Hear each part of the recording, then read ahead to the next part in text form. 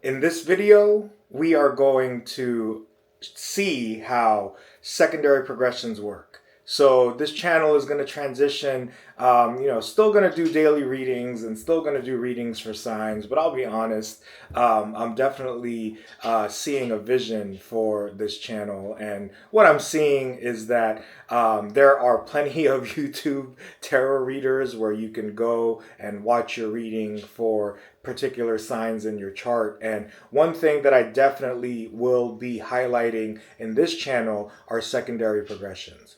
And secondary progressions are when our natal chart, our birth chart, actually starts to transition into different signs. And the bottom line of this is that when people who even study tarot are just like, I don't feel like a Sagittarius anymore, or I don't feel like a Scorpio anymore, right? This is happening because our natal chart goes through a secondary progression. Now, if you want to see how your chart has progressed, and you can see how your chart progressed in different signs at different times, use astroseek.com, SEEK, astroseek.com, and then you can put in your birth information. You can see where you're at today as far as your secondary progressions go, and then it gives you really powerful insights into how different planets, and these are your closest planets, that are going to change. It's going to give you the opportunity to see a new sign that it transitioned into, and the new sign that it transitions into is really the next sign. And there's a lot of astrological math that goes into it, and I'll cover that in a future video. But I want to give you an example. Okay, so today we're going to talk about the secondary progression of Scorpio into Sagittarius. Right? So Scorpio, we all know Scorpio. I am a Venus in Scorpio, and I'm a midheaven in Scorpio, so I really know Scorpio energy really well, and it's something that is a challenge to deal with. All the different characteristics of each sign has its challenges and it has its powers. But for me, as a Scorpio in my midheaven and my Venus, it means that I'm very intense in my career and in love. Right? So Scorpio is my natal Venus sign and my natal midheaven sign. And just to share some things with you, right?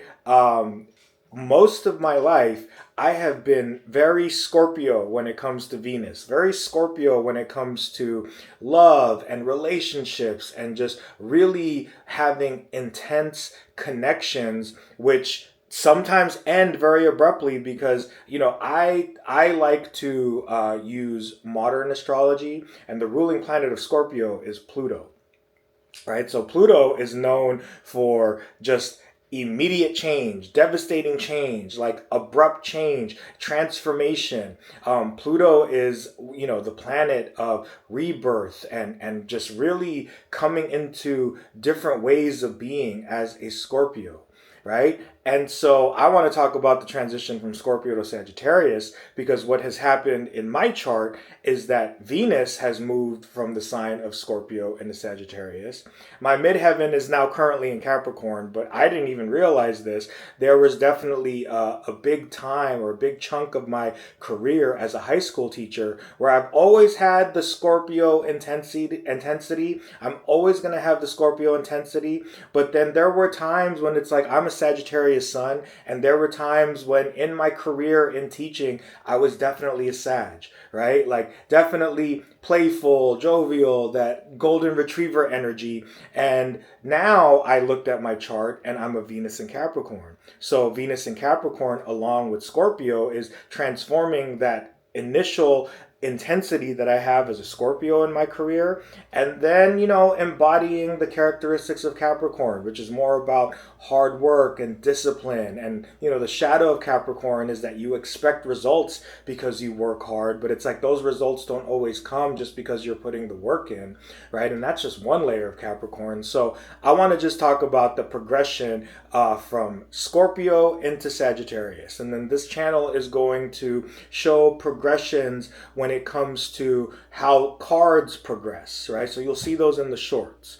So I just want to definitely let you understand that this is going to be a big focus of the channel, because it's really important to understand through astrology how we are progressing in different placements, in different signs, how the cards teach us how to progress through life with whatever it is that we intend on working on, you know? So let's get it going. Let's start with Scorpio. Again, Scorpio is a water sign, deeply empathetic, very intense, powerful, right? And that's the shadow of Scorpio. Sometimes Scorpios understand how powerful they are and they can exert dominance. One aspect of Scorpio is that they bring out like the shadows in other people. And trust me, I got plenty of ops, okay? I got plenty of ops at work. I got, mostly at work, right? But if I have ops in my life, it's like, man, for me, I'm going to be perfectly honest, right? It's like I keep my distance. I set boundaries. Scorpios have like a death stare like no other, right? Like this is one, if you have experience with a Scorpio, you have definitely seen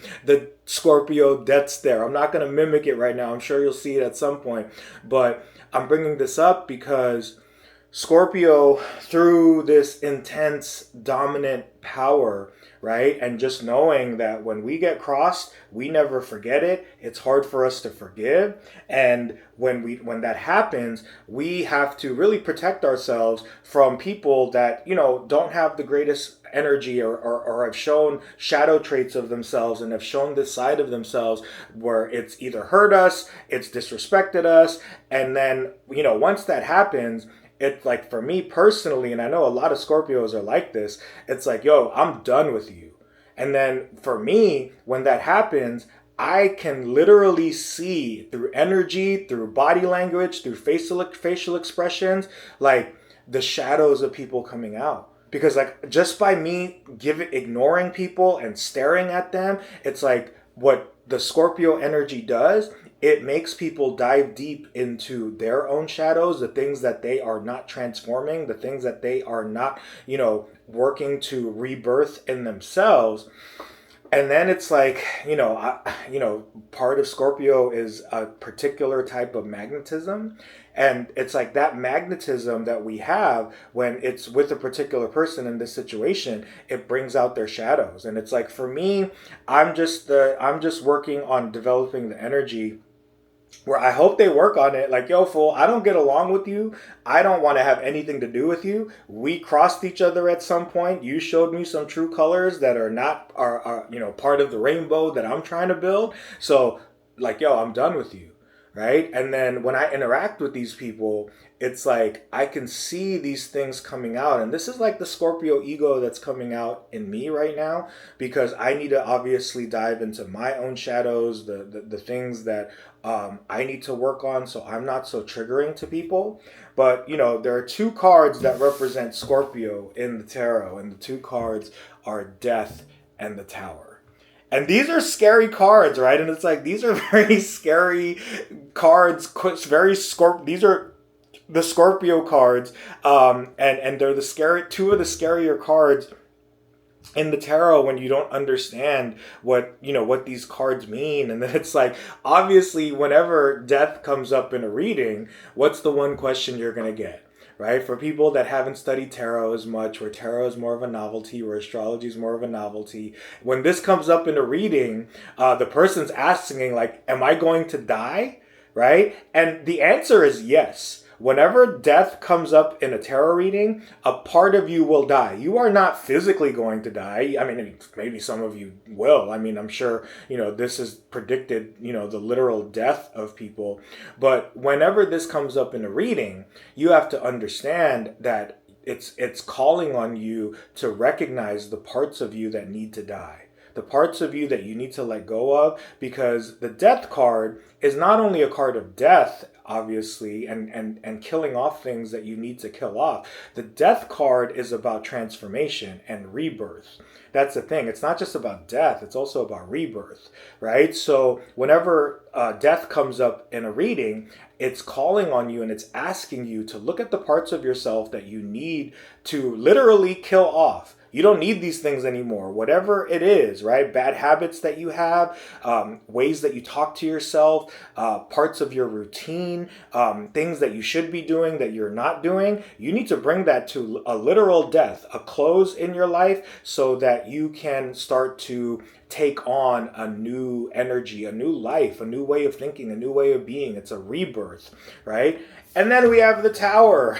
The Tower is, again, one of the scariest cards in the tarot, right? Because it's like the story of the Tower is that these people have been living in this tower. They have been ignoring reality. They haven't been facing themselves. They haven't been facing the things that they need to really face to evolve and transform, right? So because of this lack of vision, as far as, needing to address the things that they need to change, this lightning bolt strikes the tower that they're living in, because they're not living in reality, and then they have to jump out of the windows here and jump back down to reality, or come back down to reality, right? So for Scorpios, the Tower, again, it's definitely representative of like transformation. The shadow side of Scorpio is that if you're afraid to dive deep into your feelings, right, which we all need to. Scorpios do this really well, and Scorpios like to go to the depths.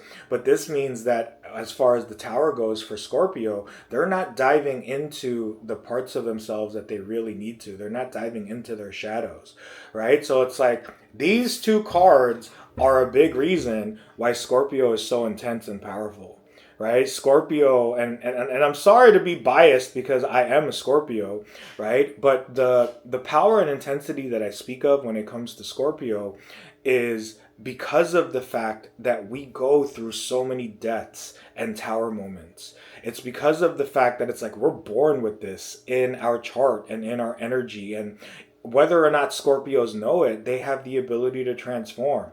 When challenges hit Scorpios, when life hits Scorpios, when trauma hits Scorpios, when just devastation hits Scorpios, the thing that starts to happen is that eventually a Scorpio is able to take it on, because this is what Pluto is. Pluto is the planet of irrational circumstances, right? Pluto is this planet where when people go through a tower moment, or when people experience Pluto, and if they're not equipped for it, this is where devastation can really derail your life. If you're not being resilient, if you're not being adaptable, then whenever a Pluto moment happens, a tower moment happens, you can lose a job, you can have a heavy breakup, someone in your family could die suddenly, right? If you don't have scorpionic energy, and if you're not working on developing this, even if it's not in your chart, then it's like really tough moments are even more challenging, right? So that's Scorpio. Now for me, I'll talk about my Venus, right? So my Venus in Scorpio means that I am very intense in love, right? Venus in Scorpio gets very obsessive, and that's a shadow side that I'm healing. Venus in Scorpio would love to just spend 24/7 with their partner, and that's a big shadow of Venus in Scorpio. So the thing that happens is this brings out your anxiety and your insecurity, right? So for me, this is something that I've been healing, right? Through dating, through meeting people, making a powerful connection, and then getting very excited about it, being obsessed about the person that I'm dating or the people that I'm dating. And this is something that Scorpios need to heal, right? Obsession is fine. The power of Scorpio is that if you channel that obsession into something productive in your life, right? Instead of love, romance, sex, which is all, the things that Scorpio is an expert at, I'm sorry to brag, but what happens is when you channel that obsession positively, then you can actually manifest really awesome things in your life. Right? Like you can, sky's the limit, right? Once you take that obsessive quality and that obsessive nature as a Scorpio, and if you're not channeling it always into love, or if you're not channeling it always into things that are not really serving you and making you happy in your life, once you realize the power of that obsessive, intense power that Scorpio has, and then you funnel it into something that's positive, then you can bring really amazing, powerful things into your life. And again, that's the death card, right? It's like once you understand that you can rebirth anything that you want as a Scorpio, then you can manifest really powerful things. So for me, I progressed from my Venus in Scorpio, and now my secondary progression is in Sagittarius, which is my sun sign, right? These are the two cards of Sagittarius. Just some brief words on Sagittarius. Sagittarius is the positive, optimistic, adventurous, fun-loving. Sorry to brag because I'm doing my best to bring it out. It's that golden retriever energy. That's Sagittarius. Jovial, happy-go-lucky, just like ready for an adventure, enthusiastic, excited. You know, a shadow of Sagittarius is restlessness. A shadow of Sagittarius is not being able to sit still and focus on what you need to focus on because of the fact that you just want to go out and have fun all the time.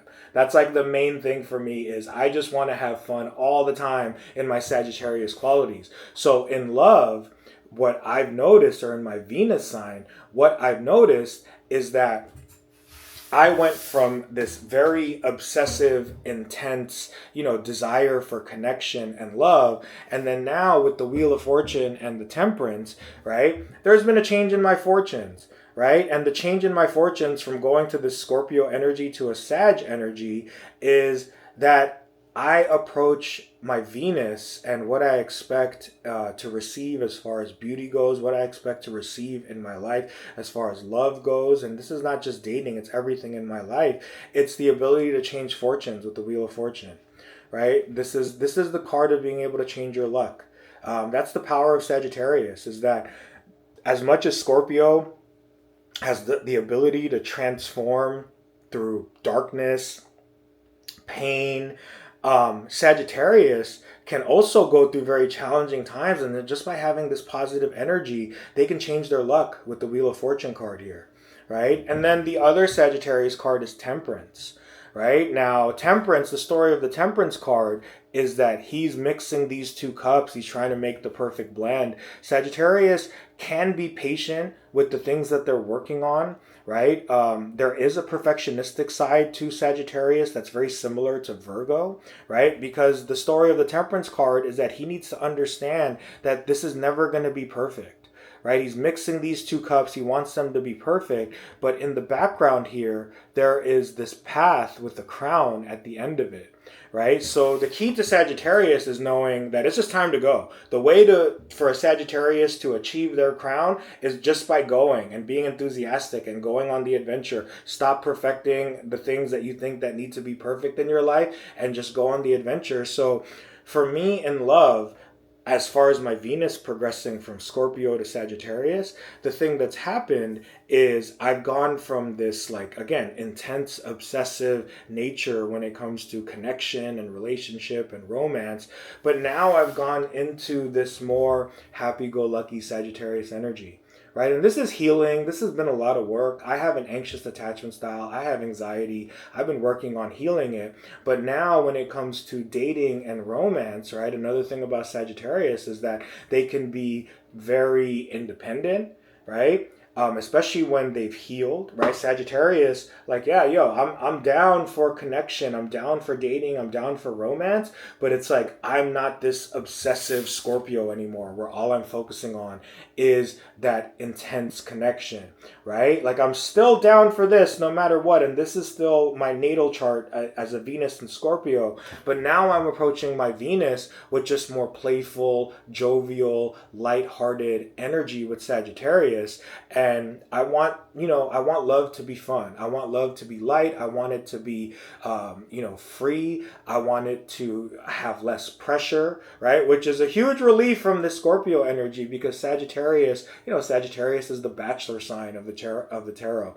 Whenever I talk about celebrities and episodes that are going to be coming up, Sagittarius is that sign of, just definitely always wanting to go on an adventure, being very lighthearted, being very jovial, right? So for me, now I'm approaching my Venus energy just by wanting it to be fun and adventurous, which is, again, a very huge relief, right? So that's just an episode for you to watch about how different signs are going to progress. So we're going to take a look at different celebrities, how their signs have progressed, how it's manifested throughout their career, and then how it's going to possibly transform them moving forward in their lives. And then hopefully for you, if you're still watching at the end of this 20-minute video, this channel is going to help you understand the progressions that you are making. But again, you got to go to astroseek.com.